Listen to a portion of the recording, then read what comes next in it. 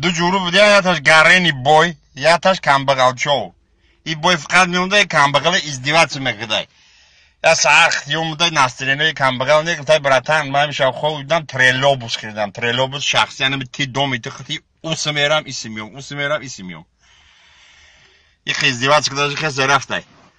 یا دو روز ایبان گذاشته کمبغال او بوی فایرو کرده گفته براتن اینجا بیو. همیشه ما خواب دیدم یک تنی مقام دو تا چوجه رو آوردم او دیخ کدستم یک روز سیاه. گفته با چو مرو فایرونو کدی؟ گفته ای بالکن نگاه میکنم بالات تی دون گفتم تریلو وقتی اوسمیری اسمیوی.